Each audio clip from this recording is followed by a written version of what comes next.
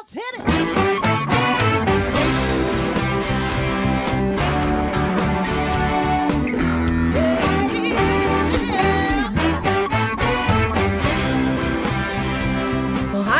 And welcome to Alzheimer Speaks Radio. I'm your host, Lori La Bey, and I'm so excited that you're joining us today. We are going to have a fascinating conversation as usual as we learn from people all around the world at all ages and stages of life. Stay tuned as we shift our dementia care from crisis to comfort. All right, here we go. What you think about, you will bring about.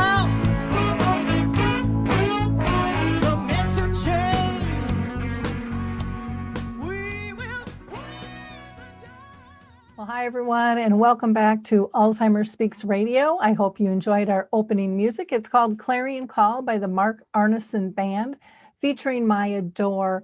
And if you'd like to download that, just go to any of your favorite music platforms. For those of you that are new to our show, we're about sound information, not just sound bites. Our goal is to raise all voices, big and small, around the world so we can learn from one another. As for you, our listeners, I just love you to death. Your loyalty just touches my heart. So thank you for your likes, clicks, and shares. And in this fashion, I think that's how we're going to win this battle against dementia, by collaborating, by lifting one another out, by getting those services, products, and tools out to people. Speaking of that, we just launched Dementia Map, which is a global resource directory, and we are just spreading the word organically. So check out DementiaMap.com. If you'd like a virtual demo tour, I'd be more than glad to arrange that with you. Want to give a shout out to an upcoming memory cafe here in Minnesota, but it doesn't make any difference if you're not in Minnesota or if you're on the other side of the world, because it's virtual and it's hosted by Artist Senior Living of Woodbury.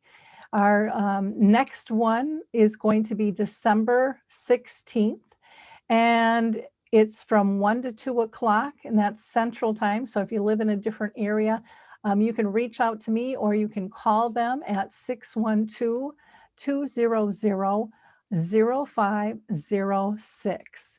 And let's see, want to give a shout out to Coral Health, because you can download free during COVID their two apps, Music First and Choral Faith, and of course to the Memory Cafe directory, where you can find where all the cafes are pretty much around the world. Dave has coordinated 5 different country directories, and he has broken them down to which ones are virtual. And if they're virtual, pretty much everyone is welcome. Let's go to the Footbar Walker and hear what they have to say.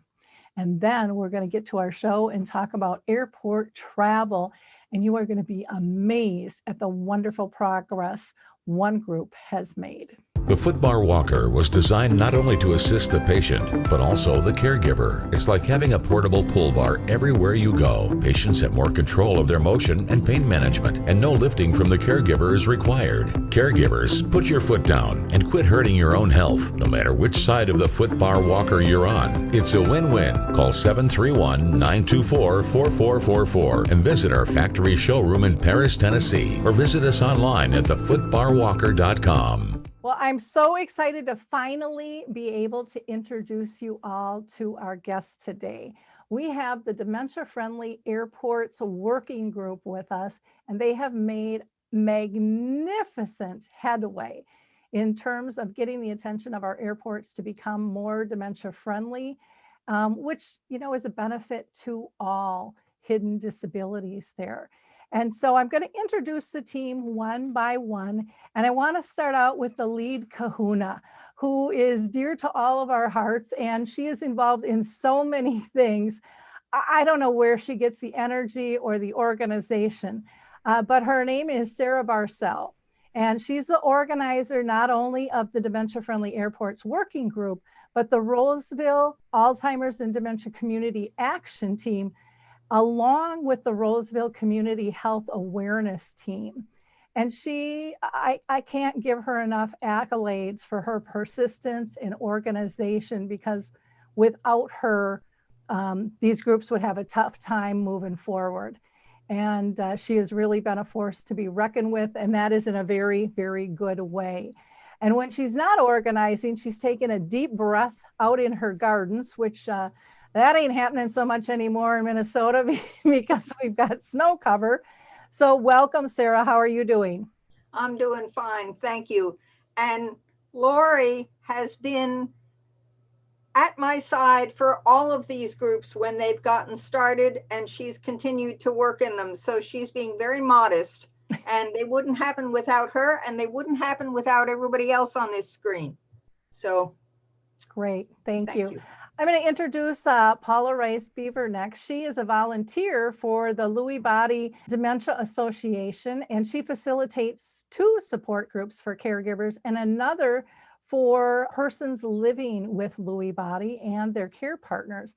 She's a member not only of the Rsvl AD, which is the Roseville Community Dementia Community Action Team, but also the Dementia-Friendly Airports Working Group. And she is so organized and so detailed, really a joy to work with in terms of how she gathers information and just keeps pushing it out to people. Amazing. So welcome, Paula. How are you doing today? I'm doing fine. Thank you very much. Well, I'm pleased to be associated with this group. Done a lot of excellent projects, and I'm really proud to be part of it. Yeah, sometimes you get involved in groups and they don't really move forward. They talk a lot and go in circles, but all of these groups really move ahead, which is the exciting part and adds to that energy and that passion, which pulls more people in to get more things done. So very neat. Next, I'm going to introduce you to John-Richard Pagan. He has a background in marriage and family therapy and is working on his doctorate in clinical psychology when he first experienced a decline of mild cognitive impairment. Today, he's an avid advocate for Dementia Action Alliance and the Lewy Body Dementia Association. He presently is participating in 2 different advisory panels, one for the National Academies of Science, Engineer, and Medicine. And John-Richard is also a recent addition to the Dementia-Friendly Airports Working Group. So welcome, John-Richard. How are you today? I'm doing great. Thank you. Thank you for having me here. Yeah, I'm excited. I've done a lot with DAA or Dementia Action Alliance over the years too, and they're a very powerful group. So I'm just going to give them a quick plug for the new programs that they have out both online. One is for people living at home with dementia, and the other is in assisted living, people living with dementia and assisted living. Both are free, so you can always check out daanow.org for more information on that. And last but not least, we have Carol Giuliani, who has a business called Senior Travel Companion Services, which offers customized trip planning and travel escort for individuals, seniors, and couples. And she is experienced as a caregiver herself, and she is also a professional fiduciary. Carol is a member of the Dementia-Friendly Airports Working Group. And so welcome today, Carol. How are you? Great. Thanks a lot. Thanks for having me on again. It was fun last time, and I'm looking forward to today.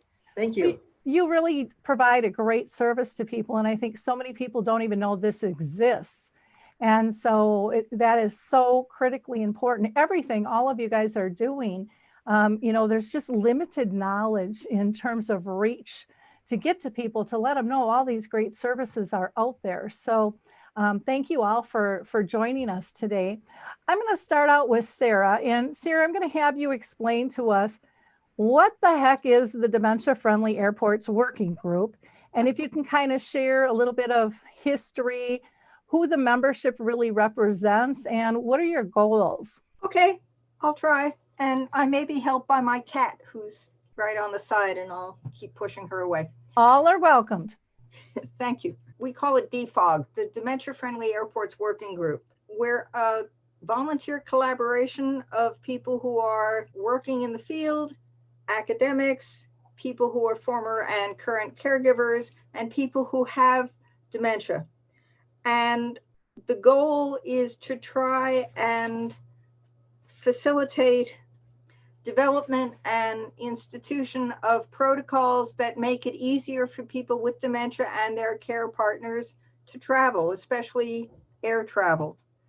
So we have a website, we have, and you'll hear about all these pieces as the program goes on.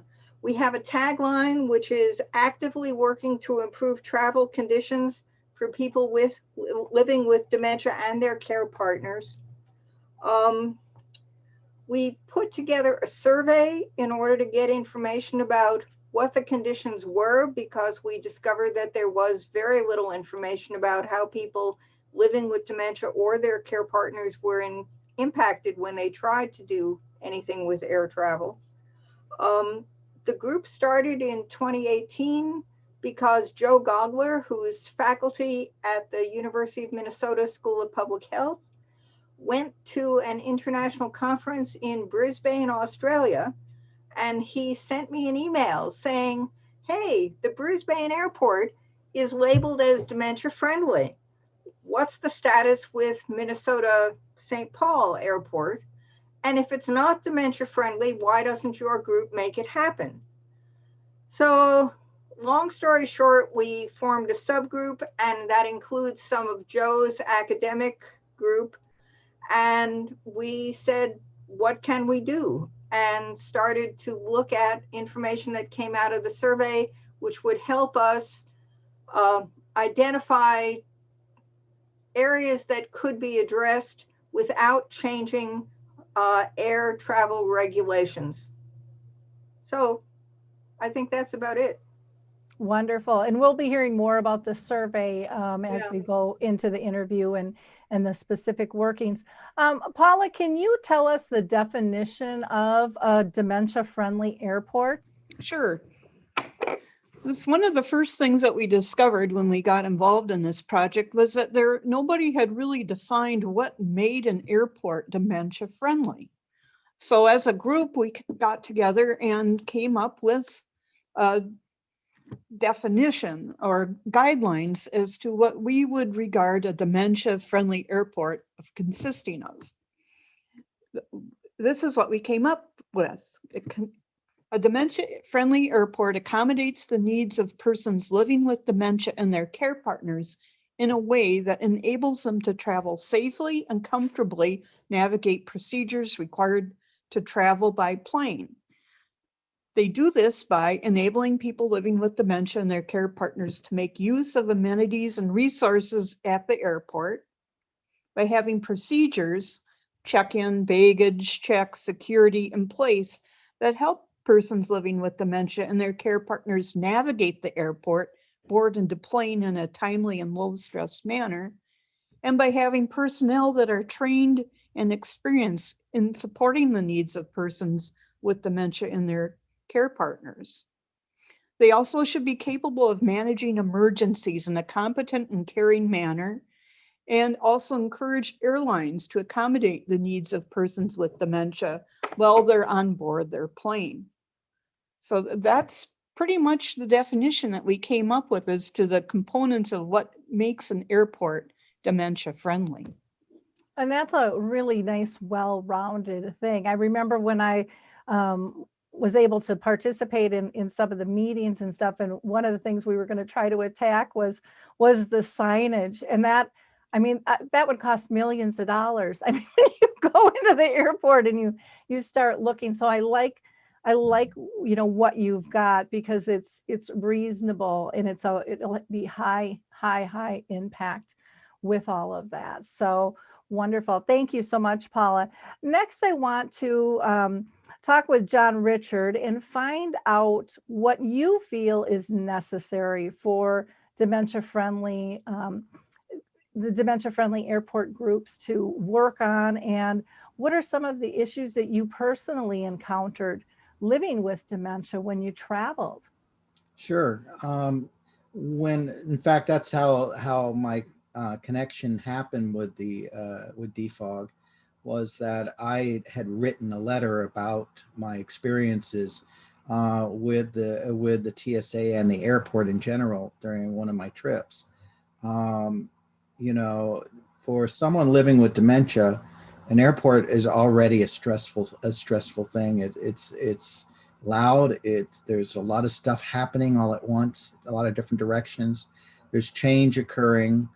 Our whole world is being uplifted as we got our bags packed suddenly, and things are in different pockets, and which way is up. And you get to an airport, and in my first experience, then my one experience and my worst case experience, I was actually placed into a wheelchair and then shuffled off to an area where I was pinned up for 2 hours waiting to be pushed over to my plane. It was absolutely horrendous. None of us were given any opportunities to get water, to get food, to use restrooms. We watched employees eat food while we sat there. It was a horrible, horrible experience. But then you go from that you get a wheelchair person, a person who's helping you with your wheelchair, and they push you out to the TSA. And if you've got a care partner with you, that care partner is running to keep up with that wheelchair assistant, who is racing through the corridors to get to where they're going. They're not thinking about how the bumps affect the person who's riding. They're not thinking about the turns. They're often just doing their best to get from point A to point B very fast. Once you get to TSA, I'm split. In my case, I was split up with my care partner, and I was left looking back and forth. I'm already stressed out. I'm having difficulty talking because of the stress. I'm having difficulties figuring out where things are at. In my case, my dementia also includes physical attributes, physical things that are wrong, which has caused me to have a pacemaker. I'm trying to explain to them that I have a pacemaker and not getting my message across to them clearly enough. And I'm looking everywhere for my mother, who's my care partner. And she's been shuffled off to a different gate. I've got employees now yelling back and forth saying, he's refusing this x-ray because he's refusing this x-ray, he's refusing this x-ray, what do we do? And they're yelling, and they're making me feel like, oh, what did I do wrong? What did I do wrong? The stress level was so high. And then I get to the standing x-ray, and because of my mobility issues, I can't stand straight up and take both hands off, because I walked up with a cane and they took that from me. So I go to lean with one finger on the wall, and oh, you can't do that. No, you got to go to a different area. One thing after another. There are no seats in the TSA area for sitting down to take your shoes off. There's no clear instruction, and it's a lot of loud voices barking commands. And when I experienced that, besides being in tears and never wanting to do it again, and going through it 3 times during that trip, it was a horrible experience. And so when this group decided that they wanted to do a screening process, an outline for TSA and to go through, I was all for that. And that's what they've done. They've done a beautiful 2-page screening process where they've outlined to speak to somebody as a human being, to speak to them compassionately with a nice tone, to be clear on the instructions and not throw too many things out at once. Wonderful. I can see how frustrating that must have been. I mean, anybody who doesn't travel often, it's high stress for most people. You're trying to figure out signage, and you're trying to figure out where the bathrooms are and where the gate is, and did it change? And you get from one point to another, and every screening process is a little bit different. Do I have to take my computers and electronics out, or can they go through? And one of the things that hit me was when you said you got separated, and they didn't ask, could you stand up in this machine, or should we, if they would have just asked you that, then it wouldn't have been so humiliating. I'm sure that felt horrible because they're yelling at you and saying, oh, we can't do this, and they're making a scene. And they don't even realize, I think, that they're doing some of those things. And just the approach of people, I've seen it many times when I travel, just, if someone's got a smile and a calm voice, makes a huge difference. And, when they're barking orders at you. I mean, and that goes for any of us, but with somebody with dementia, probably even more so. And these may be good workers. They're just not trained in how to manage these situations. Yep. Yeah. And you mentioned the noise levels, which I think bother a lot of people.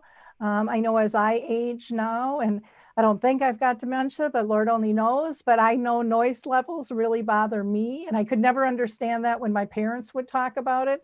But I've reached that point now where, oh, I get that background noise thing, and even different tones of voice. So I'm so glad that you joined this group and that you wrote about it. And it's very important for them to get the real life experience of going through the process and the impact that their employees have on this, because the smoother they can make it, the less problems they're going to have, and the easier it's going to be on everybody, because then everybody gets agitated and upset. And are they going to act like that with me too? I mean, you get all of those things going on. So thank you so much for sharing. Carol, I want to ask you, because you have been on a lot of trips with a lot of people, and I'm sure you've seen a lot of things in the airport. So can you share some of the issues that you have run up against when you've been traveling? Oh, sure. Yeah, I have done over 60 trips with my business as a senior travel companion. And a lot of those are with people with dementia or with other disabilities. And I agree very much with John-Richard for that. Going through TSA can be a real issue. Boarding can be an issue. Where you sit on the plane is a problem.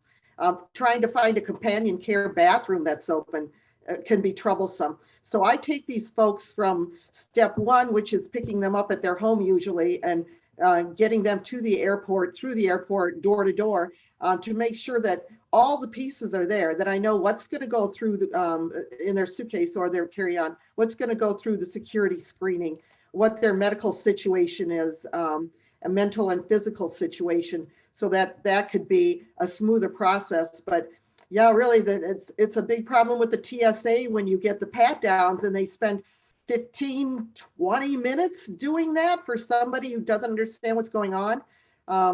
When I go through security and they try to separate me, and I'll say, hey, this person has a hidden disability and we need to maintain eye contact, if not physical contact. So I generally always make someone go through in a wheelchair, but then that exposes them to the severe pat down that you get that doesn't make a whole lot of sense when they throw 15 instructions at you at once. And anybody would get a little flustered by that. And it is, I think, embarrassing and humiliating for people to go through that kind of a procedure. But there's a lot of little things that can go wrong. And being the care person that goes with an individual with dementia, going through the airport and getting on the plane and actually flying with these folks makes it a heck of a lot easier, because I can control the situation to a large extent, but it's always different. I mean, sometimes people with dementia lose their identification, and I get to the airport and generally I know whether or not they have it. And if they don't have it in advance, I can get them through the airport with a bottle of pills and some other kind of identification. But that happens sometimes. And, you know, most people don't know that you can travel without identification on occasion, but that's a rare thing. And that just makes it more complicated. But there's a lot of little things like that, little tips and tricks that we've worked on. The Dementia-Friendly Airport working group has worked on to put together for people to make it a smoother ride through the airport, smoother transition, and on to their destination. Well, you know, one of the things too that I think about is people don't know what they don't know. So if they haven't been through the process, or maybe they traveled all the time, but now their loved one has dementia, they don't think of all these things because, well, we didn't have a problem last time. And then all of a sudden there's an issue because things have changed. And excuse me, I got a frog in my throat. And so it's so important for us to be able to educate people on, think about this. And I know even in the early stages, we were all kind of surprised at some of the services that the airports had that nobody knew they had. It's kind of like, come on, airports, you have to market this. This is a huge need, not just for people with with dementia, but with hidden disabilities as a whole. I don't care if it's autism or someone's sight or hearing or whatever, but market this stuff. This is good stuff. And it can always be improved. And I know that's what the group's working on. It's a great start, but people need to know it's there. And even from the point of filling out and purchasing a ticket, if there's a tickler there. And Carol, maybe you can talk to that, because I know when I've gotten my airplane tickets, I've never seen anything ask me, do I have any special issues? But maybe I'm just so used to doing it, I've ignored it. Oh, sure. I mean, I've taken people, most of the time I have my own wheelchair or else one of the airport wheelchairs. And the airlines are known to lose pieces like the seat cushion or the foot pedals. So I know to take those off and to put them in a bag and carry them on with me, and to tie up the wheelchair with a piece of Velcro, not a bungee cord, but Velcro, to get it on and off the plane. There's a lot of little tricks like that. And especially during COVID, because things are changing. And I'm moving a lot of people across country that maybe haven't been on an airplane for years. Folks want their seniors to come home or to go to a different destination. So I'm having to work hard now to get them cross country safely on an airplane, because a lot of times the family caregivers can't or don't want to fly. So that's opened up a whole new can of worms. But there's, just a lot of things that you need to learn. And booking tickets, yes, you can get a seat in the front of the economy even without paying for the upgrade, because there's a federal law that says that anybody with a disability can ask for and get a preferred seat without, you have to still be in the same class of seating, but it's just a nice thing to know, because then you're going to be closer to the front and to the bathroom and everything else. And that's where most people want to be.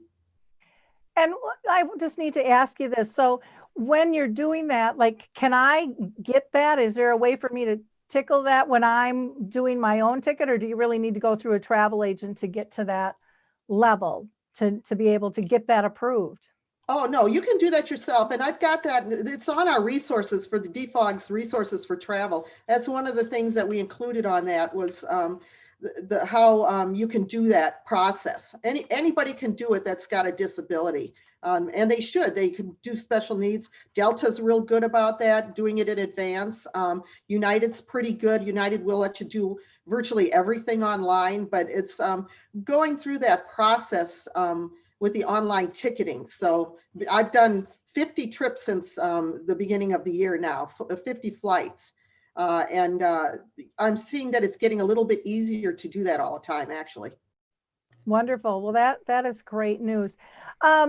Laura? Go ahead, Sarah. Sorry.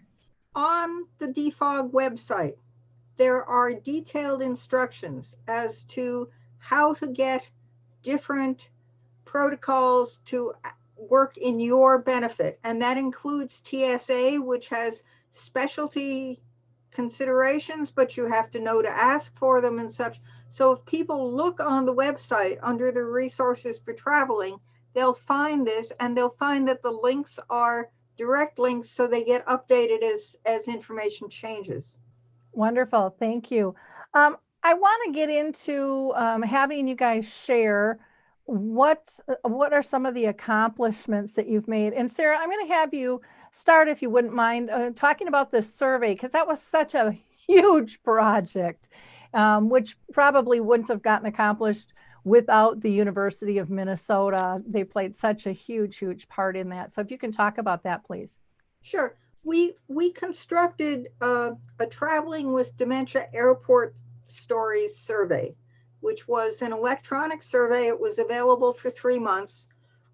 It was held, it's copyright and held in the University of Minnesota system so that it's not widely open to anybody. But we made the link available to anybody who wanted to take it, and it collected information from people who self-identified as either care partners, travel companions, or people with dementia or mild cognitive impairment. And it asked a series of questions, and the questions dealt with what are your experiences, especially on your last trip, with respect to getting to the airport, navigating the airport, getting through security, getting to the gates, boarding, and then when you land, what were your experiences with baggage claim and leaving that arrival airport? We wanted the information because we knew that there was almost no information about those details available for the dementia population. We had seen, and a member of our group is the person in Australia who had put together a very short survey on some of those topics for people in Brisbane. And so we wanted to increase the amount of information that was available on those particular questions. And we had over close to 250 people respond. The information is being processed now. It's being put into academic presentations. But for us, the most important thing is that it highlighted areas that people felt they had difficulties with so that we could address those and start to develop tools or education to change those areas. Wonderful, thank you. And Paula, can you talk about the website and how people can access that and what they can expect to find there? Oh, sure. The website, which was organized right away as soon as our group was formed, really, has various sections that are geared towards helping people with airport travel. We have under resources for travel, which is probably the most robust section, we've got the flight process from start to finish, which outlines all the steps from purchasing tickets until deplaning and arriving at your destination. We go through that step by step, giving tips and tricks throughout different challenges and difficulties that people might run across. We also have tools for travel, which is tracking devices, medical alerts, companion services, security and navigation tools, self-ID tools. We've got links to all sorts of various products and services on that section of our resource page. We have travel tips. Many groups have put together excellent travel tips for people living with dementia or their care partners. So we have links to those various lists of tips. We also have actual air travel policies concerning COVID and the restrictions that that has placed upon air travel. That's just one of our sections. Our other sections have our working definition of dementia-friendly airports, along with links to various articles about airports that have put forth the effort to become dementia-friendly. We've got information about our projects, our survey, and also our latest project that John-Richard touched on, our TSA National Shift Brief. We've got academic presentations, and also we have information about the Sunflower Lanyard, which Sarah can probably also touch bases on. What are we working on now? That we'll find out later on in our interview. So sounds like an awful lot of information. I mean, it amazes me what you guys have done in just really a very short period, and the international aspect of pulling together the resources and making the shift and pulling people together. It's very, very exciting. Anything that anyone wants to add to what Sarah had highlighted and Paula? Okay. Yeah, I was just going to say that, Yeah, the resources for travel is something that I put some time into, and that is evolving. But it also includes other resources like the book. One of the books that I rely on is Traveling with Dementia that Jan Doherty wrote, which is a great book and gives you some more of the specific tips. And like Paula said, we've got the lanyards here. I'm showing one to you if you haven't seen one, Lori. But yeah, just how those are starting to work for us. And hopefully we'll have a lot more information about that. Wonderful. Thank you. John-Richard, can you share with us the involvement you've had in the group with TSA and then your personal story, how that's affected them as well? Well, yeah, certainly. I was excited to learn that that individuals within the working group were able to reach out to the FAA and together get TSA's briefs, I believe they're quarterly briefs. Please correct me if I'm wrong. But to consider an outline of things, recommendations that TSA would do to help improve the how they work with people with hidden disabilities such as dementia. And they actually had asked for a single page, and were given in turn by us 3 pages worth, 2 pages being the suggestions, and 1 page being the letter that I wrote sharing my personal experience. And we were quite surprised when they came back with minimal changes and agreed to all 3 pages to list in their briefings. You can find those on our website under projects. Thank you. And with the full outline of what the recommendations are, as well as the letter that I wrote. That's fantastic. And, you know, it says a lot that they asked for 1 and they took 3. I mean, so, you know, it has to be concise and powerful and to the point, and kind of slapped them in the face going, wow, we were missing the boat here. So kudos to all of you guys, and for Sara's persistence, for her connections with the airport here locally. Well, can I add to that? Sure. This came about through a connection with the federal TSA. They have a disabilities committee. It's an advisory coalition. And I participate in that, and I approached them and I said, would you be willing to take some best practices material if we developed it? And the answer was yes. So we developed it in collaboration with them. We submitted drafts and then they came back.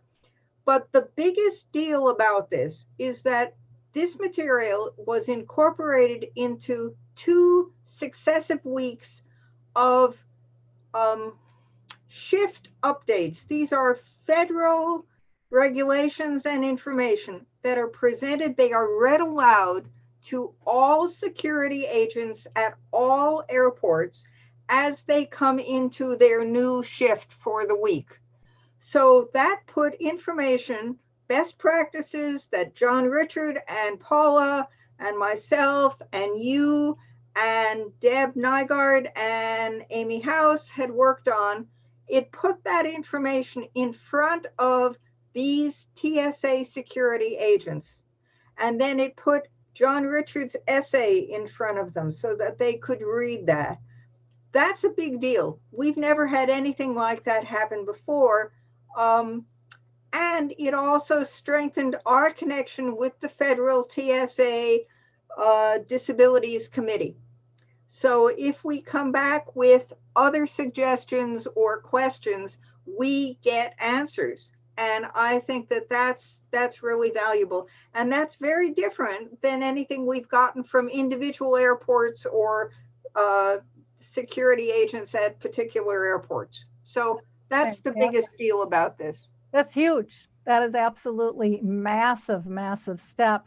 Now, I also was going to ask you, Sara, about the academic presentations that you guys are involved in. So if you can share that. Part of our group are people who are academics, and everybody's a volunteer, so their payment basically is that they get to publish papers or make presentations.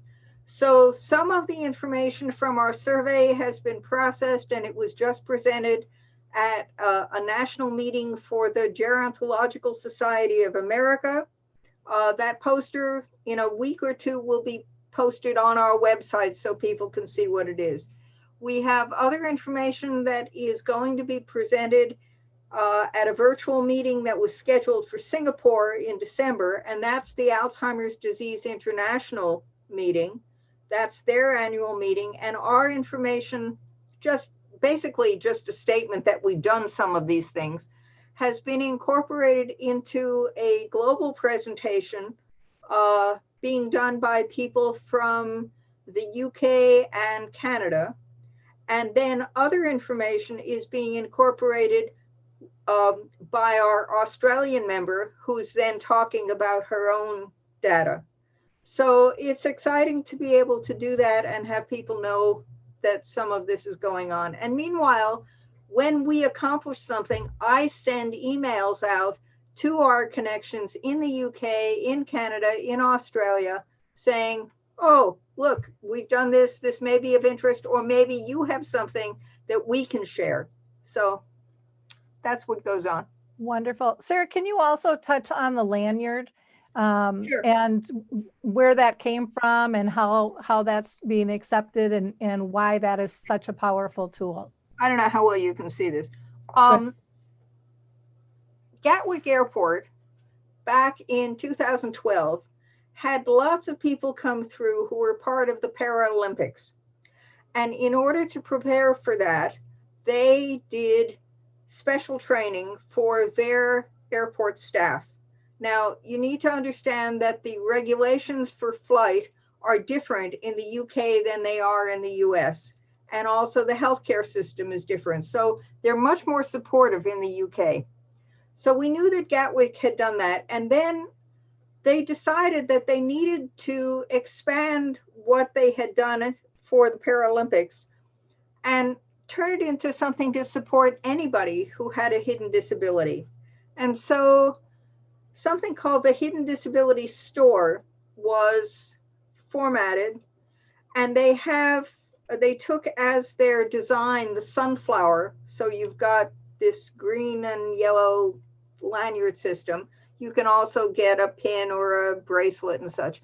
But the whole idea is that they wanted somebody who wanted to self-identify as someone with a hidden disability to have a consistent, recognized way to do this.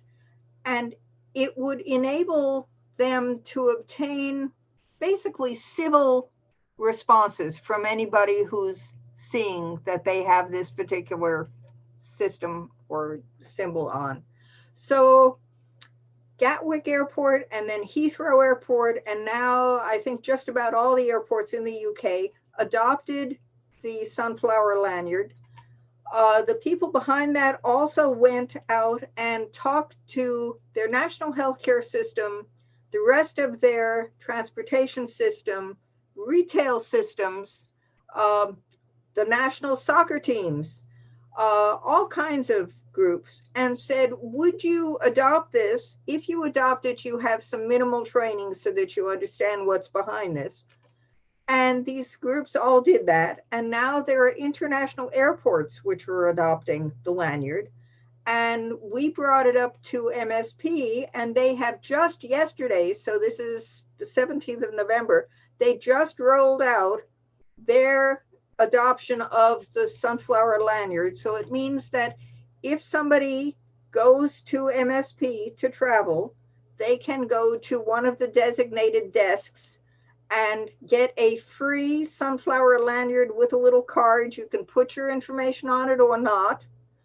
And the staff, the frontline staff at MSP, will have received some minimal training to recognize that this means somebody needs some extra assistance.